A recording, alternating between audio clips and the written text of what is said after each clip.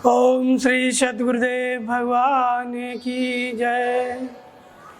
गुरुर्ब्रह्मा गुरुर्विष्णु गुरुर्देवो महेश्वर गुरुर्साक्षात् परम ब्रह्म तस्मै श्री गुरुवे नमः। ओम श्री सद्गुरुदेव भगवान की जय।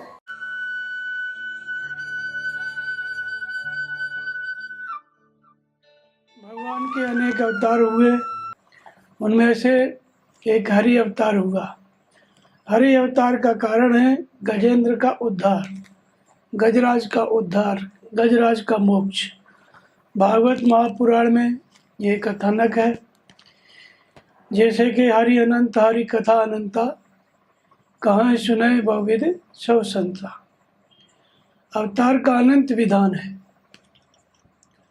10 अवतार, 24 अवतार, ये तो मनीषियों ने अपना एक विधि बताई है, 24 प्रकार से अवतरण की विधि। लेकिन आज तक जितने ऋषि मुनि हुए, जिनने भी भगवान की प्राप्ति की, उन सब के अंदर भगवान अवतरित हुए। 24 के अंदर, 10 के अंदर हुए, ऐसी बात नहीं है। प्रत्येक महापुरुष के अंदर जो आज तक धरती पे हुआ, सब के अंदर परमात्मा का हरि का अवतरण हुआ।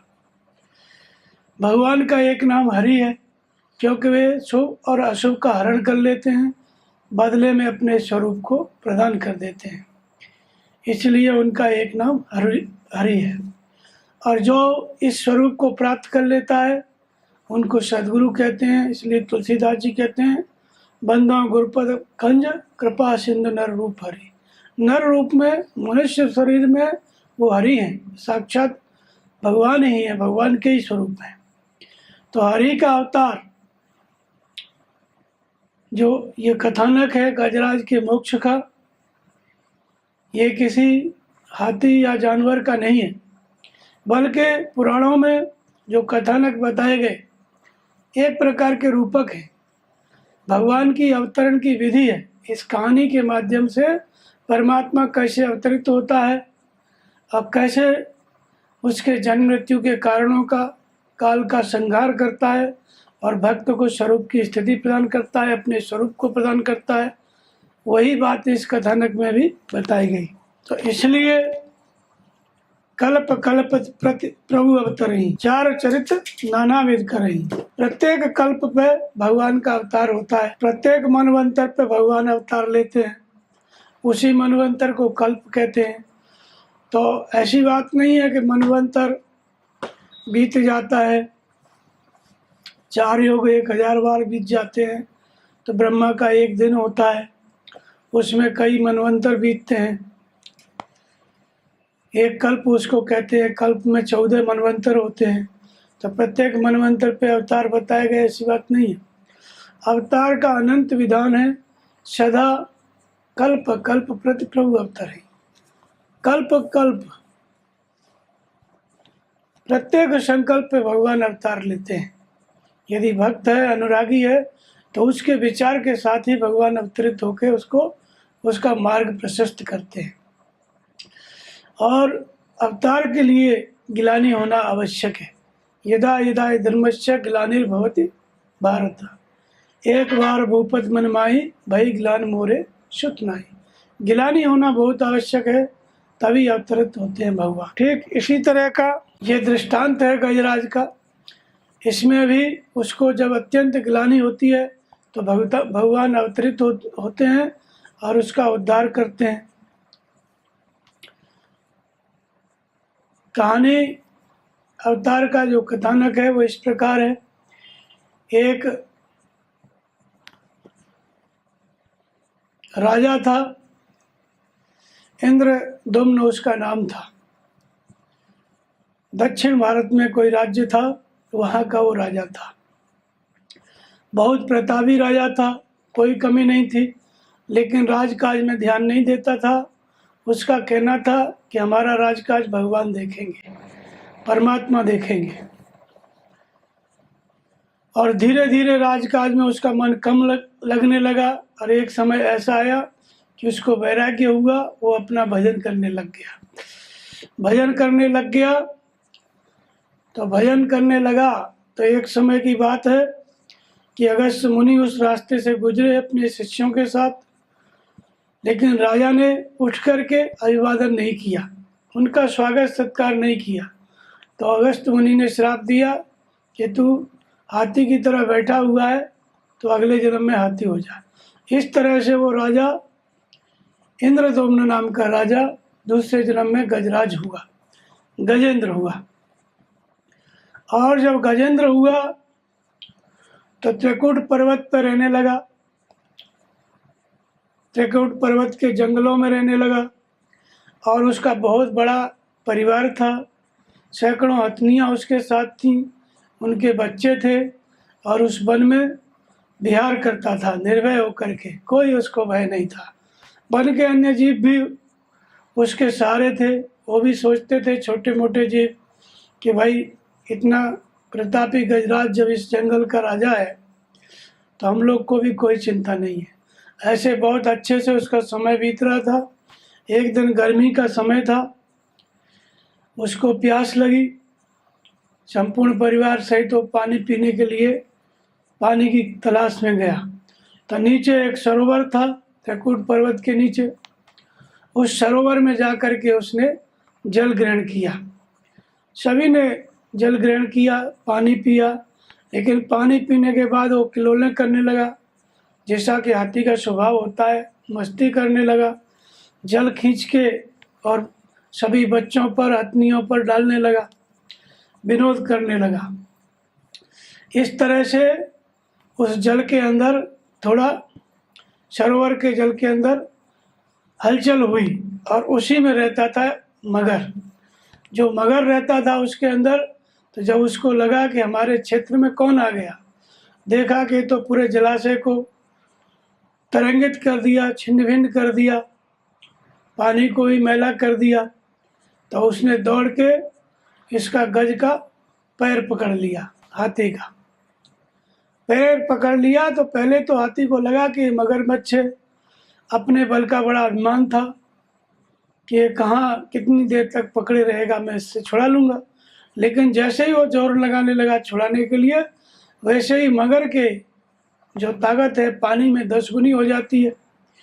और अपने क्षेत्र में जा कर के कुत्ता भी शेर होता है, कहावत है। ये हाथी जो था ये ज़मीन का राजा है, पानी का राजा नहीं है। धरती पे कोई भी जीव उससे नहीं लग सकता उसके पराक्रम के आगे। अगर मगर ज़मीन पर रहता और हाथी का पैर पकड़ता तो हाथी उसको कुचल देता, लेकिन ये मगर का क्षेत्र था, तालाब, सरोवर, और यहाँ हाथी जैसा शक्तिशाली जीव भी उस मगर के सामने विवश हो गया। और जब विवश हो गया तो पहले बहुत बल लगाया, खुद ताकत लगाई, फिर जितनी हथनी थी उसके बच्चे थे, सब सूंड के द्वारा उसका पैर पकड़ के खींचने लगे। एक के बाद एक सैकड़ों ने मिलकर खींचा, लेकिन हाथी जितना खींचते थे उतना ही मगर नीचे की तरफ लेता चला जाता था और सरोवर में डूबता चला जाता था। और इस तरह से उसका ये युद्ध 4 पहर चला। देवताओं का 4 पहर,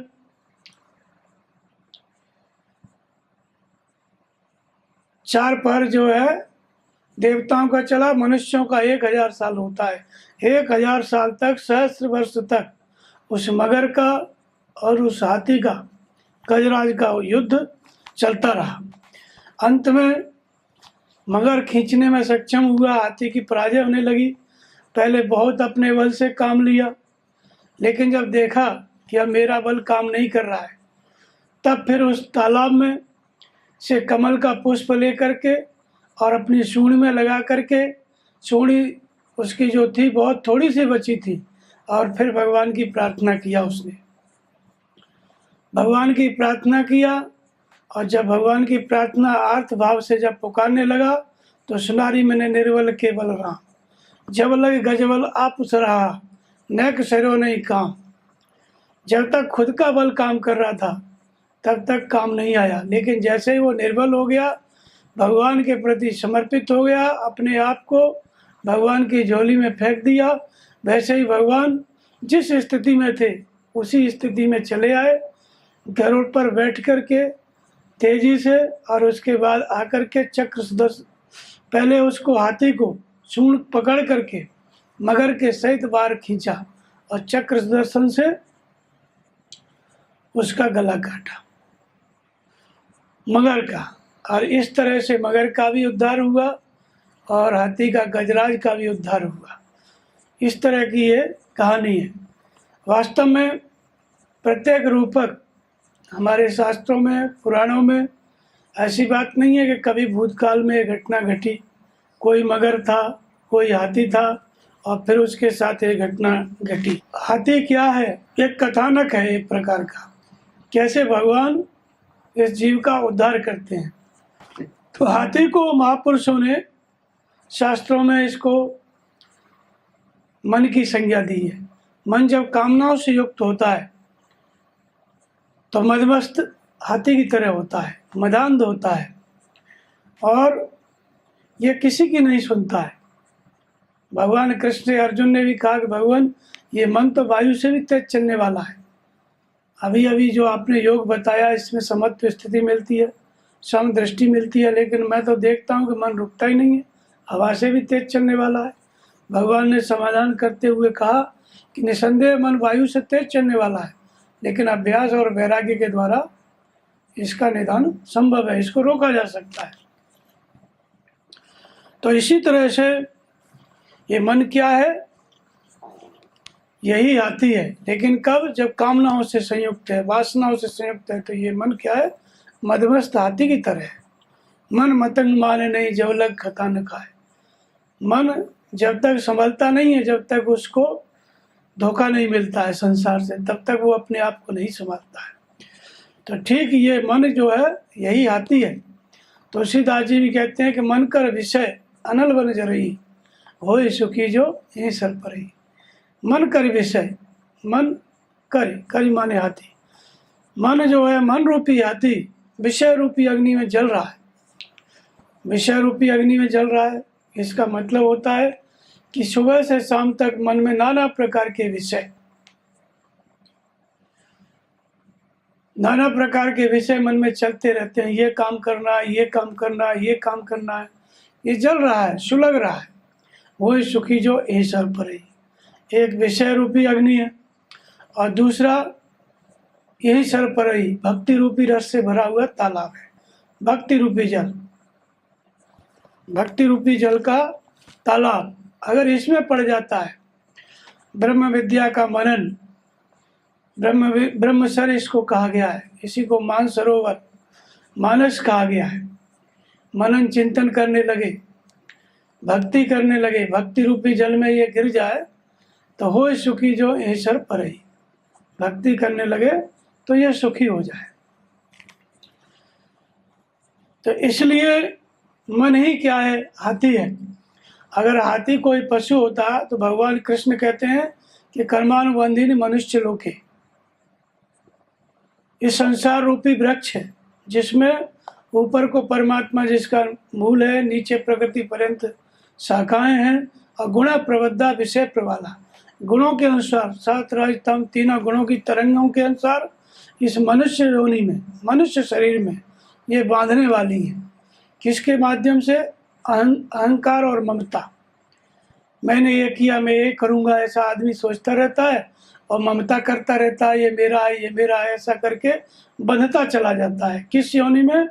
कर्मानुबंधीन मनुष्य लोके। जब मनुष्य शरीर है तो मनुष्य शरीर में ही कर्मों के अनुसार बंधन तैयार करता है और मनुष्य शरीर से ही ये बंधन को काट सकता है।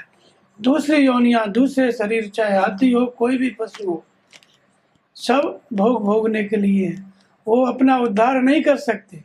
इसलिए यहाँ ये गजराज कोई पशु नहीं है, ये मानसिक स्थिति है।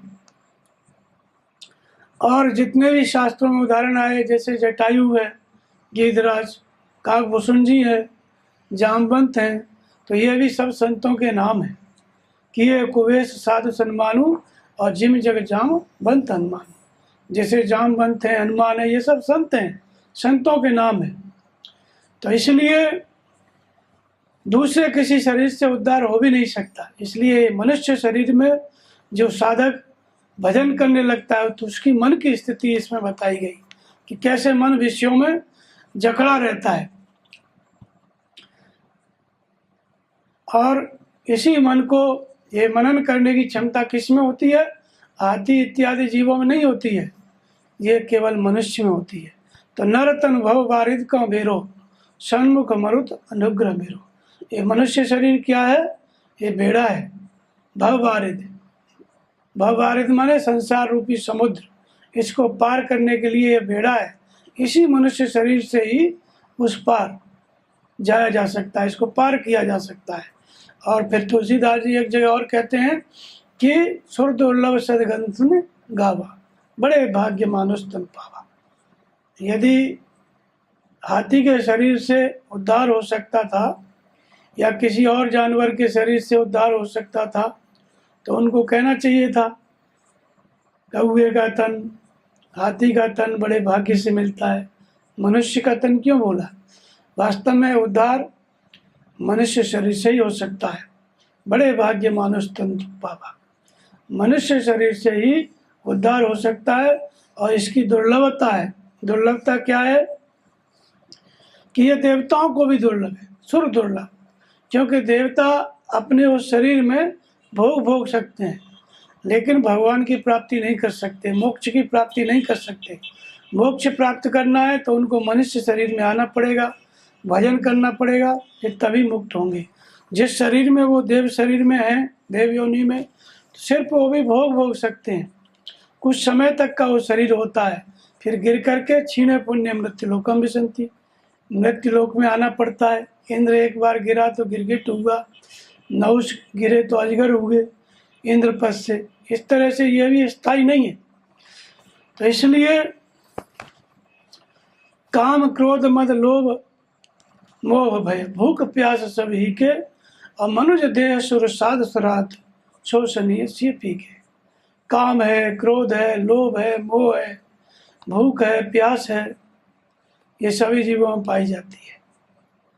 लेकिन मनुष्य देह सुर साध सुरात देवताओं ने सराहना क्योंकि शोषणीय सी पी के, जो परमात्मा है उसके प्रति स्नेह करने की क्षमता इसी मनुष्य शरीर में है। तो ये जो गजराज का उदाहरण दिया, ये किसी पशु का नहीं है, हाथी का नहीं है, बल्कि मनुष्य शरीर में स्थित जो मन है उस मन की संज्ञा दी गई। मन जब कामनाओं से, वासनाओं से युक्त होता है तो मनमस्त हाथी की तरह होता है। जब ऐसी स्थिति आती है तो सरोवर में जल पीने से पहले वो किलोले कर रहा था, क्रीड़ा कर रहा था, तो वास्तव में मन जब वासना से युक्त होता है, काम से युक्त होता है, तो संसार में भोग की प्रवृत्ति बढ़ जाती है, उसकी विषय भोगों में चला जाता है। और विषयों में जब बहुत उलझ जाता है तब उसको होश आता है कि एक दिन हमको मरना है, तब उसकी दृष्टि जाती है भजन पर, तो भजन करने लगता है। तो दूसरी तरफ क्या है? ये मनुष्य का मन है जो विषय भोगों में लिप्त है लेकिन साधना भी जानता है, और वो कहाँ पे फंसा हुआ है? संसार रूपी समुद्र के सरोवर के तल में फंसा हुआ है। इसको किसने ग्रस लिया है? ये ग्रसने वाला ग्राह कौन है? तो वास्तव में ये ग्राह कौन है? ये ग्राह काल है। काल का स्वरूप क्या है? तो कहते हैं अग जग जीव नाग नर देवा, नाथ सकल जग काल कलेवा। जितना जीव जगत है, नाग हैं, नर हैं, देवता हैं, ये सभी क्या है? काल का कलेवा है। सुबह जो नाश्ता करते हैं लोग उसको कलेवा बोलते हैं। वो सामने परसों हुई थाली है, पूरे संसार के जीव, पूरा जीव जगत ये क्या है? काल के सामने परसा हुआ भोजन है। 24 घंटे काल इसको निगल रहा है। तो क्यों आश्चर्य? प्रश्न पूछा यक्ष ने युधिष्ठिर से कि आश्चर्य क्या है? तो युधिष्ठिर ने कहा कि मोहरूपी कड़ा में काल जो है समय की अपनी कलेछुरी से, पलटे से उलट पलट के ग्रसता चला जा रहा है, खाता चला जा रहा है। लेकिन जो जीवित बचा हुआ मनुष्य है वो सोचता है कि मैं नहीं मरूंगा, दूसरा मरा है। इस तरह से यही सबसे बड़ा आश्चर्य है इस संसार में। बात भी सही है, हम सभी काल के गाल में फंसे हुए हैं। तो काल कहीं डंडा लेके नहीं आता है कि काल दंड ने काहू ही मारा, हरे बुद्धि बल शील विचारा। काल कभी डंडा लेके किसी को मारने नहीं आता है। प्रत्येक व्यक्ति के अंदर काल गहे कर खेस, और ना जाने कहाँ मारी है और कह घर के प्रदेश। हमेशा हर व्यक्ति को काल ने गिरसा हुआ है। ऐसी बात नहीं है कि गजराज पानी में गया फिर उसको गिरसा। हम सभी जितने भी जीव हैं, प्रत्येक मनुष्य एक एक गजराज है। हर मनुष्य के अंदर मन है और प्रत्येक मनुष्य के अंदर काम है, वासना है, उसके माध्यम से उसको काल ने ग्रस्त रखा है। तो काल ग्रसित करने के लिए कहीं से आएगा नहीं, कभी मारेगा नहीं।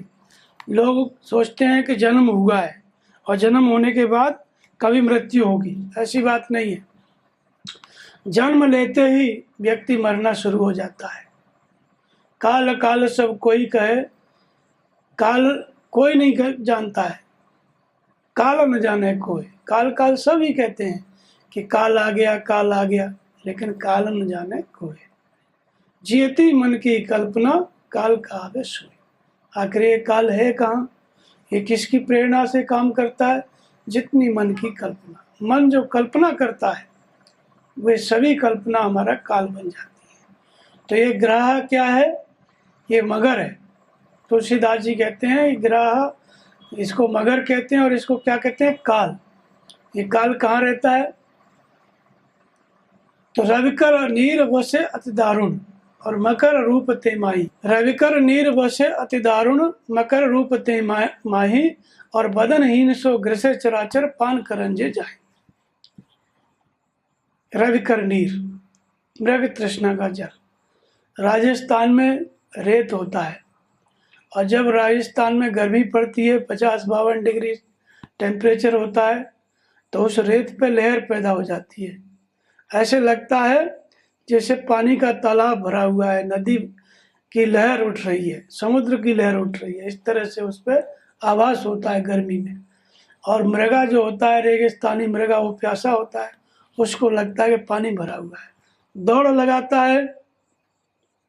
सुबह से शाम तक पानी कहीं नहीं मिलता, शाम भरे में उलट के मर जाता है। इसको कहते हैं मृग जल। रविकर नीर, मृग तृष्णा का जल। तो ये मृग तृष्णा का जल कहाँ पर है? ये संसार रूपी समुद्र में। मृग तृष्णा,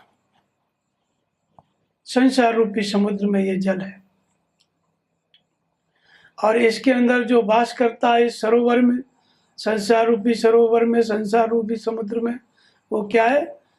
बदनहीन सो ग्रसे चराचर। चराचर को ग्रस लिया है, कभी आके ग्रसेगा ऐसी बात नहीं है। चराचर विश्व को 24 घंटे ग्रसे हुए हैं। काल के गाल में 24 घंटे हर वस्तु चली जा रही है, कभी आके ग्रसेगा ऐसी बात नहीं है।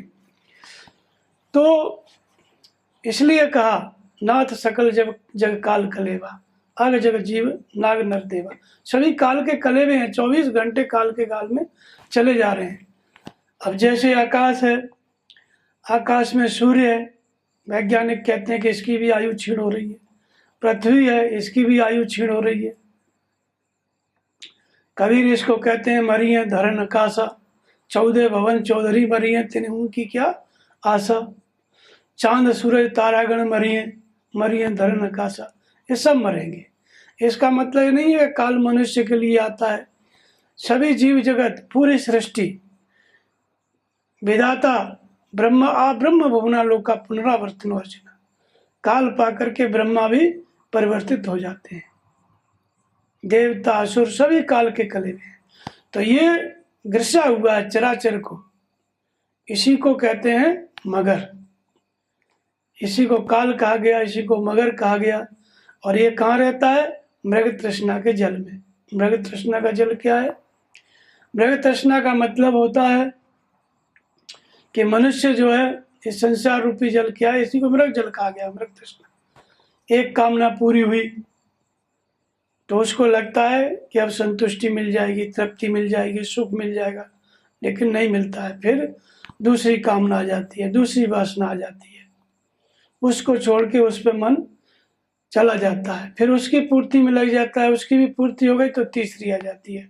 पूरे जीवन भर जन्म से लेकर मृत्यु तक हम यही करते रहते हैं, अपनी कामनाओं की पूर्ति, लेकिन पूर्ति कभी नहीं होती, हम ही पूरे हो जाते हैं।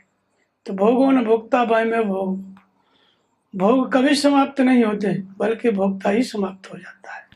तो ये क्या है, मृग जल कहा गया संसार रूपी समुद्र में, ये तृष्णा रूपी जल इसको कहा गया, मृग जल कहा गया, इसी को विषय रूपी जल कहा गया, रविकर नीर कहा गया। और इसमें रहता कौन है, काल। काल माने समय परिवर्तन, काल माने हमारी कल्पना, और इसको ग्राह कहा गया है, ये ग्रहण करता है, ग्रस्ता है।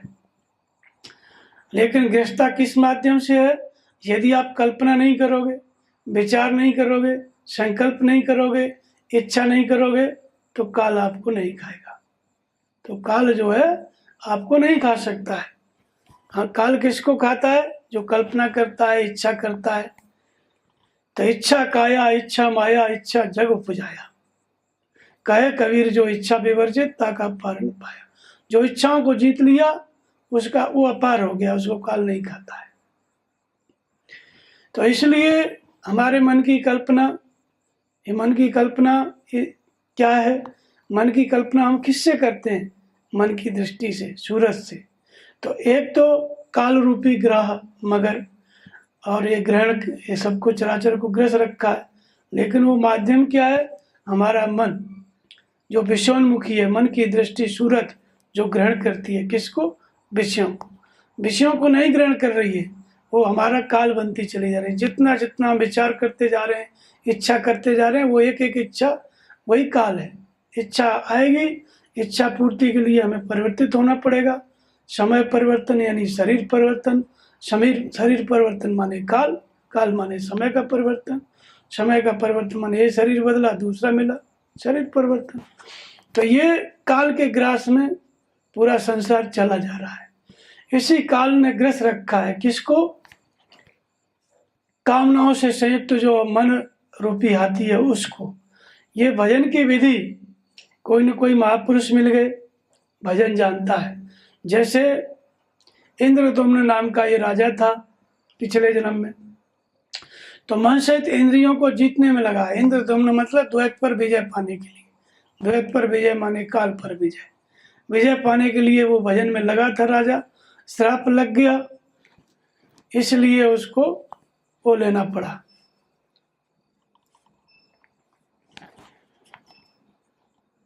श्राप लग गया तो हाथी बनना पड़ा। तो वास्तव में हम अपने बल से जब तक हम लगे हुए हैं, तब तक इन कामनाओं से, इस काल से विजय नहीं प्राप्त कर सकते।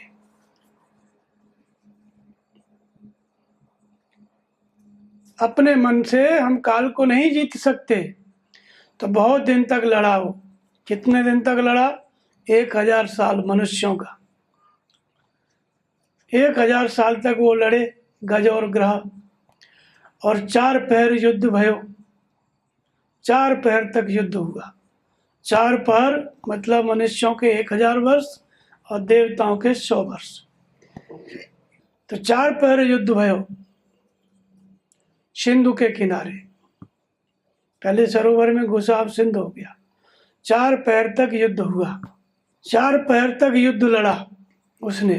और फिर जब अपने बल से हार गया, तब भगवान के ऊपर सौंप दिया सब कुछ अपना भार। अपने बल को छोड़ के भगवान के ऊपर निर्भर हो गया, भगवान के बल से चलने लगा। ये 4 पहर का युद्ध क्या है, 1000 वर्ष तक लड़ता रहा। विचार करने की बात है कि हाथी ऐसा जानवर है, बिना खाए रह नहीं सकता, बहुत बड़ा शरीर है।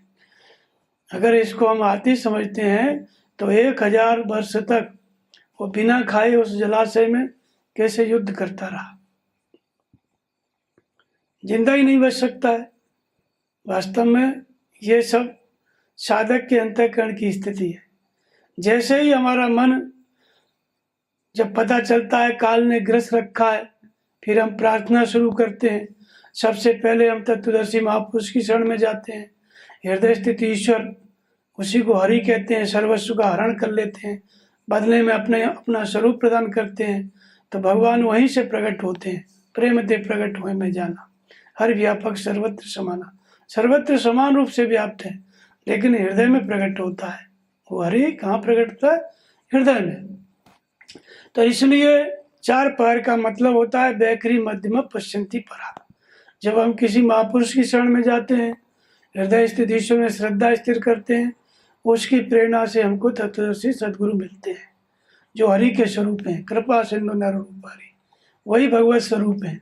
उन्हीं के द्वारा परमात्मा का अवतार होता है। भगवान का अवतार अलग से कुछ नहीं है, एक व्यवस्था है जो महापुरुषों की के द्वारा प्रदान की जाती है। एक भगवान की संचालिका शक्ति है अवतरण की विधि। अवतार क्या है? परमात्मा की संचालिका शक्ति है जो महापुरुषों के द्वारा जागृत होती है, उसी को हम अवतार कहते हैं। तो जब हमें कोई सदगुरु मिल जाते हैं, सदगुरु खोज के नहीं मिलते हैं, जब श्रद्धा स्थिर करेंगे हृदय स्थित ईश्वर में, क्योंकि ईश्वर सर्वभूतानां हृदय देश अर्जुन तिष्ठति, सबके हृदय में रहता है, सब घट मेरा साइया, सबके हृदय में रहता है। जब वहाँ श्रद्धा स्थिर करेंगे तो भगवान कहाँ किस रूप में है, किस महापुरुष के रूप में है संसार में, नर रूप में हरि कौन है जो सर्वस्व को हरण कर ले, वो परमात्मा उन महापुरुष की पहचान कराएंगे। जहाँ पहचान करा देंगे तब उनके प्रति जब हम समर्पित हो गए, और जब हम समर्पित होते हैं तो आरंभिक अवस्था में प्रत्येक साधक क्या है? शुद्र है। जैसे ही वो शुद्र स्थिति में प्रवेश करता है, साधना की जागृति होती है महापुरुष के प्रति समर्पित होकर के। जब साधना की जागृति होती है तो वहाँ से उसको काल का स्वरूप समझ में आता है। जैसे ही वो सरोवर में प्रवेश किया, वैसे ही वो मगर ने उसको पकड़ा तो पता चल गया उसको। तो जब तक हम संसार में भूले हुए हैं, विषय भोगों में क्रीड़ा कर रहा था, कुछ होश नहीं था, पकड़ लिया, उसके बाद पता चला। जब तक विषय भोगों में मन है तब तक पता ही नहीं चलता है कि काल ने ग्रस रखा है। लेकिन जब कोई महापुरुष मिलते हैं, परमात्मा में जब श्रद्धा स्थिर होती है और जब साधना जागृत होती है, वहाँ से इस जीव को, इस मन को पता चलता है कि हम तो अनंत वासनाओं से युक्त हैं। काम का वेग है, क्रोध का वेग है, वासना का वेग है। जैसे ही वो शूद्र स्तर में प्रवेश करता है पता चलता है, और वहीं से साधक छूटने का प्रयास करने लगता है। इसलिए चार पहर युद्ध भयो सिंधु के किनारे, बैखरी मध्यमा पश्चिंती परा, ये चार पहर है। और ये चार पहर में कितने वर्ष होते हैं? 1000 वर्ष होते हैं मनुष्यों के, और देवताओं के 100 वर्ष होते हैं। तो ये चार पहर में पूरी साधना बता दी गई। ये युद्ध मतलब संघर्ष, प्रकृति और पुरुष का संघर्ष, काल का और काल से मुक्त होने का संघर्ष, यही विधि जो है ये बताई गई। तो जब साधक शुरू करता है साधना, शूद्र स्तर में होता है, तो वो पहला पहर है। वहाँ साधना जागृत है, और वहाँ उसको पता चल जाता है कि काल गहे कर केस, क्योंकि काल माने समय परिवर्तन। ये किसी दिन जाके शरीर छूटेगा 80 साल में, ऐसी बात नहीं है। जिस दिन से मनुष्य जन्म लेता है उसी दिन से मृत्यु शुरू हो जाती है, क्योंकि क्षण क्षण परिवर्तित हो रहा है। पूरे जीवन काल में ये मनुष्य का शरीर 7 बार परिवर्तित हो जाता है। इसके एक एक सेल 7 बार बदल जाते हैं, 7 बार ये शरीर मर जाता है 80-100 वर्ष की आयु तक। तो इसलिए वो कहाँ चला जाता है? समाप्त हो गया सब। इसलिए जब बच्चा होता है उसका चेहरा, उसका शरीर आप देखेंगे अलग प्रकार का है। थोड़ा बड़ा हुआ, सब कुछ परिवर्तित हो गया। 15-20 साल का हो गया, रेख आना शुरू हो गई, दूसरा स्वरूप हो गया। फिर 50 साल में तीसरा, 80 साल में चौथा, ऐसे 7 बार बदलता है। लेकिन 4 अवस्था बताई गई, बचपन, जवानी और प्रौढ़ावस्था और वृद्धावस्था, और 5वें में मृत्यु। तो ये परिवर्तन अंदर चलता ही रहता है, और उस परिवर्तन का नाम ही काल है। काल माने बदलना। कालन खाए कल्प नहीं व्यापे, देह जरा नहीं छीजे, संतोष जागत निजन की जाए। जो जाग जाते हैं, क्यों जागना है? क्योंकि काल न खाए। जब जाग जाओगे, भजन करने लगोगे, तो काल नहीं खाएगा, कल्प नहीं व्यापेगा, यानी जन्म नहीं लेना पड़ेगा। देह जरा नहीं छीजे, देह अवस्था में जरावस्था, वृद्धावस्था नहीं आएगी, इसलिए जागना है। तो शूद्र वो भाग्यशाली व्यक्ति है जो जग गया है। या निशा सर्वभूतानां तस्याम जागृति संयम। ये जगत रूपी रात्रि है, इसमें सभी अचेत पड़े हुए हैं, लेकिन जो संयमी पुरुष है वो जग जाता है। संयमी कौन है? नाम जिय जप जागे जोगी, जो नाम जपने लग गया, जीव से स्मरण करने लग गया, वो जिसकी साधना शुरू हो गई वो क्या है? शूद्र स्तर का है। पहले पैर में उसका युद्ध पहुंच गया और वो प्रयास करने लग गया छूटने का। काल की गति, काल क्या है उसको समझ में आने लग गया, उसको पता चल गया, तभी तो वैराग्य हुआ।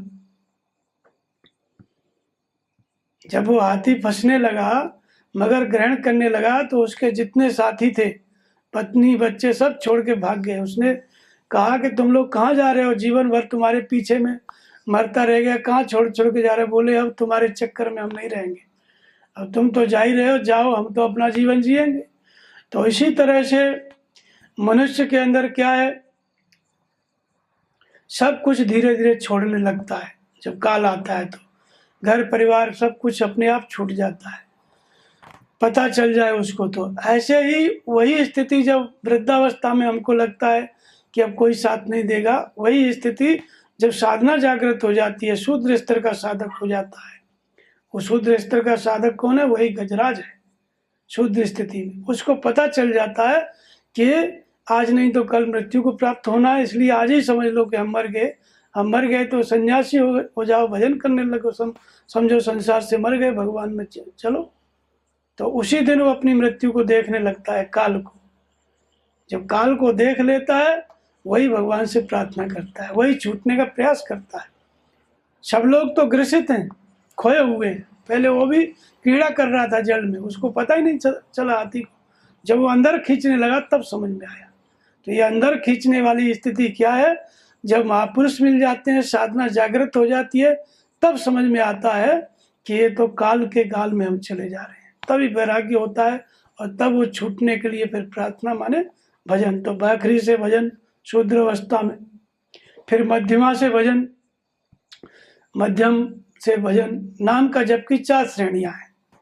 कबीर ने इसको कहा है कि जप मरे अजपा मरे, अनहदहु मर जाए, असुरत समानी शब्द में ताय काल न खाए।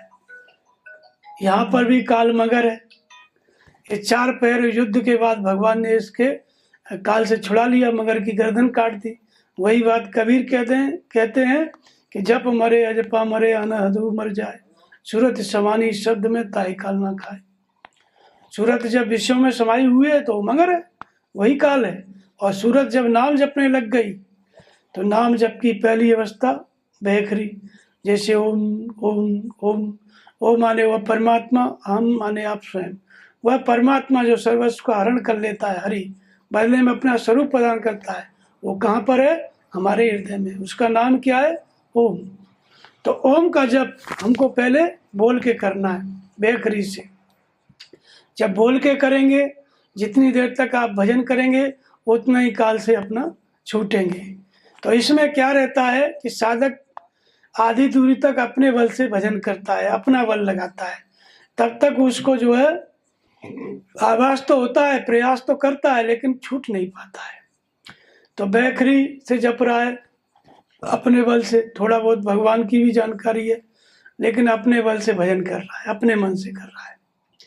तो उसको ये काल, ये कल्पना, काल माने कल्पना, ये संस्कार है, उसका पिंड नहीं छोड़ते। नाम भी जपता जाता है और सांसारिक वासना का चिंतन भी चलता रहता है। उधर संसार खींच रहा है यानी मगर खींच रहा है, काल खींच रहा है, कल्पना आ रही है यानी काल आ रहा है, काल खींच रहा है। बैखरी में भी क्या होता है? संकल्प पीछा नहीं छोड़ते।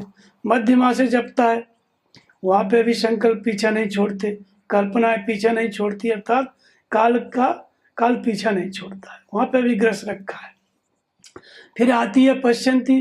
पश्यंती माने श्वास, पश्य माने देखना। किसको देखना? श्वास को। श्वास कब अंदर गई उसको समझो, कब बाहर आई उसको समझो, बाहर कितनी रुकी, अंदर कितनी रुकी। जब इसका आना जाना समझ में आ जाए तो श्वास अंदर गई तो सूरत को, मन की दृष्टि को श्वास में लगा दो। जब मन की दृष्टि सूरत यही ग्रह है, यही ग्रहण करती है। जब वासना को, विषयों को ग्रहण कर रही है तो यही काल है, मगर है। और ये जब नाम को ग्रहण करने लग गई तो यही जो है गजराज की प्रार्थना हो जाती है। तो दोनों चीज एक ही मन में है। तो जब नाम को ग्रहण करने लग गई, मध्यमा से जपने लगा फिर पश्चंती में आ गया तो पश्चंती में मन की दृष्टि सूरत से जपा जाता है। श्वास को देखोगे तो मन दूसरा विचार नहीं करेगा, और दूसरा विचार करेगा तो श्वास नहीं देख पाएगा। महात्मा बुद्ध ने इसी को श्वसन क्रिया कहा है, पानापान कहा है। भगवान कृष्ण इसको प्राणापान कहते हैं, और महर्षि पातंजलि इसको श्वास प्रश्वास कहते हैं। तस्मिन् सति श्वास प्रश्वास और गति विच्छेद प्राणायाम। श्वास और प्रश्वास को देखना, श्वसन क्रिया पे ध्यान करना। तो श्वास को देखने का मतलब नाम को जपना, क्योंकि श्वास नाम के द्वारा ही पकड़ में आती है। तो बैखरी से जपा, मध्यमा से जपा, पश्चंती में जपना नहीं है। केवल श्वास को, मन को दृष्टा बना के सूरत को स्थिर करना है। श्वास को देखना है सूरत से, कब अंदर गई कब बाहर आई। सूरत जब इसमें लग गई श्वास में तो दूसरे विचार आना बंद हो जाएंगे। यहाँ से मगर की पकड़ ढीली होने लगती है, काल की गति, काल की पकड़ ढीली होने लगती है, क्योंकि कल्पनाएं कम आने लगती है। लेकिन इधर भी कल्पना रहती है, संकल्प रहता है, भव रहता है, मगर पकड़े हुए पूरी तरह से नहीं छोड़ा है। इसके आगे की अवस्था में परा, तो इसी को कबीर कहते हैं कि जप मरे अजपा मरे। जप कहाँ तक चल रहा है? बैखरी, मध्यमा, पश्चंती। और जप मरे, जब जप मर गया अजपा मरे। अजपा किसको कहते हैं? परावाणी को। पश्चंती से जब अवस्था आगे बढ़ी तो परावाणी में प्रवेश मिल गया। जब परावाणी में प्रवेश मिल गया, इसी को कबीर कहते हैं अजपा। अब जपना नहीं है, श्वास में भी मन से देखना पड़ता था, महसूस करना पड़ता था, ढालना पड़ता था नाम, लेकिन ढल गया पश्चंती में। तो परावाणी की अवस्था में वो जपे न जपावे अपने से आपे, इसी को अजपा कहते हैं। सूरत एक बार लगा दी है श्वास में, श्वास अंदर गई तो ओम, बाहर आई तो ओम, बोलना नहीं पड़ता, केवल मन सुनता रहता है। इसी को परावाणी कहते हैं, इसी को अजपा कहते हैं। तो कबीर कहते हैं जपना आवश्यक है। कब तक? जब तक परावाणी अजपा ना आ जाए, जब तक जप मर न जाए, तब तक जपना आवश्यक है। तो बैखरी, मध्यमा, पश्चंती और परा की प्रवेश का में ही जप मर जाता है, अजपा आ जाती है। तो जप मरे अजपा मरे, अनहदहु मर जाए। अजपा की भी, अजपा की, परावाणी की भी एक अवस्था है। एक अवस्था है, इतनी देर तक हमने परावाणी का जप किया, इतने समय तक 4 घंटे 6 घंटे, लेकिन इससे भी आगे की अवस्था को कहते हैं अनहदहु मर जाए। अजपा के आगे आती है अनहद। 24 घंटे भजन होने लगा, धारावाहिक चिंतन, जागत में सुमिरन करे, सोबत में लोलाए, सूरत डोर लागी रहे तार टूट ना जाए। सूरत लगी हुई है, लेकिन ये अवस्था भी अनहदहु मर जाए। ये अवस्था भी जब आगे चली गई तो सूरत समानी शब्द में, सूरत ने जिस नाम को पकड़ा ओम को, उसी में नाम जपते जपते समा गई, एक हो गया। जिस परमात्मा का नाम जप रहा था उसके तद्रूप हो गया, एक हो गया, शब्द में समाहित हो गई। भगवान का मार्गदर्शन जो मिल रहा था शब्द, और नाम का जप कर रहा था वो शब्द, वो दोनों एक ही है। नाम का जप करेंगे तभी भगवान बोलेंगे। मार्गदर्शन में चलते चलते, नाम जपते जपते सूरत स्थिर हो गई, और स्थिर सूरत स्थिर होके भी विलीन हो गई, चित्त संयमित होके भी विलीन हो गया सूरत समानी शब्द में। ताए काल ना खाए, ऐसी अवस्था आ गई, काल से उसका बंध छूट जाता है। यही अवस्था यहाँ पर भगवान किया। इसका सुदर्शन चक्र से इसका गला काटते हैं मगर का, काल पे विजय देते हैं। कौन देते हैं? भगवान। अपने मन से साधक जप रहा है, बैखरी से जपा, मध्यमा से जपा, पश्चंती से भी जपा, वहाँ पे भी अपना मन लगाता है, लेकिन समर्पण भी होने लगता है, तब तक वो इस काल से छूटता नहीं है। लेकिन परा की प्रवेश का में भी ये काल से छूटने लगता है। काल मतलब कल्पना, काल मतलब आने वाला संकल्प, जो संस्कार, एक एक संस्कार एक एक शरीर है, एक एक संकल्प एक एक शरीर, वही काल है। जब संकल्प रहेगा तो जन्म लेना पड़ेगा, फिर मरना पड़ेगा, वही कल्पना काल है। तो आने वाली कल्पना को जैसे ही ध्यान की अवस्था आती है परावाणी की, भगवान पहले ही बता देते हैं, और वो साधक उसको देख करके उस कल्पना में, उस विचार में जाता नहीं है, बल्कि चित्त को ध्यानस्थ कर लेता है, काल की गति को काटने लगता है। लेकिन ये कौन सी अवस्था है? भगवान आए तब। भगवान आए तो चक्र सुदर्शन से भगवान ने उसका गला काटा। लेकिन ये कब ऐसा होता है? भगवान शुरू से ही मार्गदर्शन कर रहे हैं, लेकिन जैसे ही समर्पित हो गया, फिर भगवान अपने हाथ में ले लेते हैं। भगवान अपने हाथ में ले लेते हैं, उसको हाथी को, गजराज को सूंड पकड़ के, जैसे ही तिलवर सूंड रही और कमल के फूल को लेकर के वो स्तुति करने लग गया, अपना बल छोड़ दिया, अर्थात पूर्ण समर्पण हो गया। उस भगवान ने उसकी सूंड को पकड़ के खींच लिया ऊपर, और वो मगरमच्छ भी चला आया और चक्र सुदर्शन से गला कट गया। ये स्थिति हुई। तो जब समर्पित हो जाता है तो भगवान खुद चलाने लगते हैं, प्रेरणा देने लगते हैं, पल पल पे बताने लगते हैं। फिर वो अपने मन से कुछ नहीं करता है, भगवान के निर्देशन के अनुसार चलता रहता है। फिर काल की गति कट जाती है। ये जो काल का चक्र था, जन्म मृत्यु का कारण था, वही काल था, वही ग्रस रहा था चराचर को, चराचर की योनियों में हमको भेज रहा था। उस काल का मस्तक कट जाता है। 1000 वर्ष तक युद्ध चला। बैखरी मध्यमा पश्चिमी परावाणी की पराकाष्ठा में काल पर विजय, 4 पहर युद्ध चला। 1000 का मतलब होता है प्रवृत्ति भेद प्रयोजकम चित्तम एकम अनेकेशा। एक ही चित्त अनेक प्रवृत्तियों में बिखरा हुआ है। चित्त एक ही है, लेकिन वो एक ही चित्त जो है भजन कर रहा है, नाम जप रहा है, वही चित्त फिर दूसरे प्रकार की बात भी सोच रहा है। हजारों प्रकार की वृत्तियों में बिखरा हुआ है। ये हजारों प्रकार की वृत्तियों में रस ले रहा है। यही 1000 वर्ष है। जब तक चित्त की सहस्रों प्रवृत्तियां रहेंगी बहिर्मुखी, तब तक ये संघर्ष चलता रहेगा। संपूर्ण चित्त की वृत्तियों का निरोध हो गया। जब चित्त की वृत्तियों का निरोध हो जाता है भगवान की प्रेरणा से चलते चलते, तो कमल के फूल, चित्त एकाकार होता है, एकाग्र हो जाता है, संयमित हो जाता है। संपूर्ण वृत्तियों का निरोध हो गया तो संपूर्ण वृत्तियां अधोमुखी से ऊर्ध्वमुखी हो जाती हैं। जब ऊर्ध्वमुखी हो जाती हैं तो इसी को कहते हैं कमल, सहस्त्रदल कमल। और जब ये सहस्त्रदल कमलवत हो जाता है, संसार में रहते हुए भी संसार से निर्लेप रहने की क्षमता आ जाती है, तो उसी में विष्णु का निवास है। विश्व में अणु रूप में व्याप्त सत्ता ही विष्णु है। भगवान तुरंत चले आए।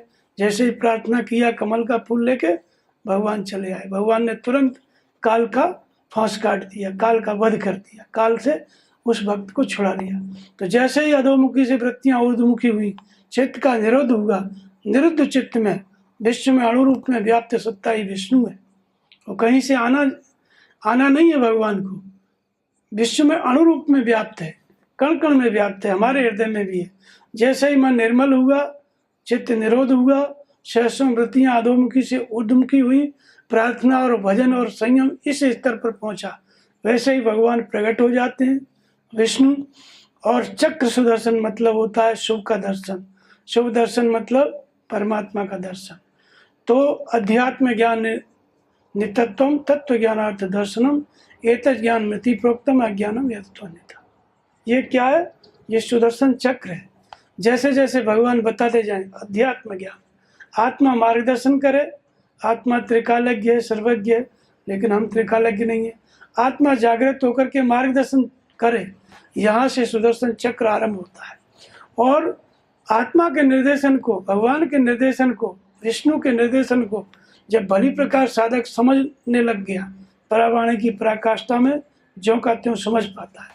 जैसे ही समझने लग जाता है वैसे ही ये सुदर्शन साधना जो चक्र था, साधन चक्र, पहले सृष्टि चक्र था, उल्टा घूम रहा था, और साधन करने लग गया, नाम जपने लग गया, भगवान के आदेश को समझ रहा है और नाम जप रहा है, आदेश समझ रहा है, नाम जप रहा है।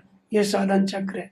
और आगे चल के ऐसी अवस्था आती है कि भगवान ने जैसी प्रेरणा की वैसे ही घूम गया उसका मन, वैसे ही भजन में लग गया, साधना में लग गया, समाधि में लग गया, ध्यान में लग गया। तो ये भगवान के इशारे पे जब चलने लग गया, उनकी उंगली पर चलने लग गया, तो ये सुदर्शन चक्र हो जाती है यही साधना। तो इसकी सुदर्शन चक्र में क्या है? परमात्मा का प्रत्यक्ष अनुभूति होता है। भगवान के निर्देशन के अनुसार चलते चलते परमात्मा को प्रत्यक्ष देख लेता है, प्रत्यक्ष दर्शन हो जाता है, ज्ञान हो जाता है। ये सुदर्शन चक्र की साधना की पराकाष्ठा है। तो सुदर्शन चक्र जहाँ आया तो काल का गला कट गया। काल रूपी मगर जो ग्रस रखा था उसका मस्तक विदीर्ण हो गया। अर्थात जहाँ संस्कार बनते थे, संकल्प उठते थे, वो स्मृति ही, संस्कार जहाँ बनते थे, संकल्प उठते थे, मन का वो स्थान ही विलीन हो गया परमात्मा में। अब संकल्प उठने ही बंद हो गए, काल की गति समाप्त। तो ये अवस्था जब आ गई तो भगवान सर्वस्व का हरण कर लेते हैं और बदले में भक्त को अपना स्वरूप प्रदान कर देते हैं। इसलिए भगवान का एक अवतार ये हरि का अवतार है। ये प्रत्येक व्यक्ति के अंदर ये अवतार की व्यवस्था है। हर व्यक्ति जब भी आर्त भाव से पुकारेगा भगवान चले आएंगे, इसलिए अवतार का अनंत विधान है। बोलिए श्री सद्गुरुदेव भगवान की जय।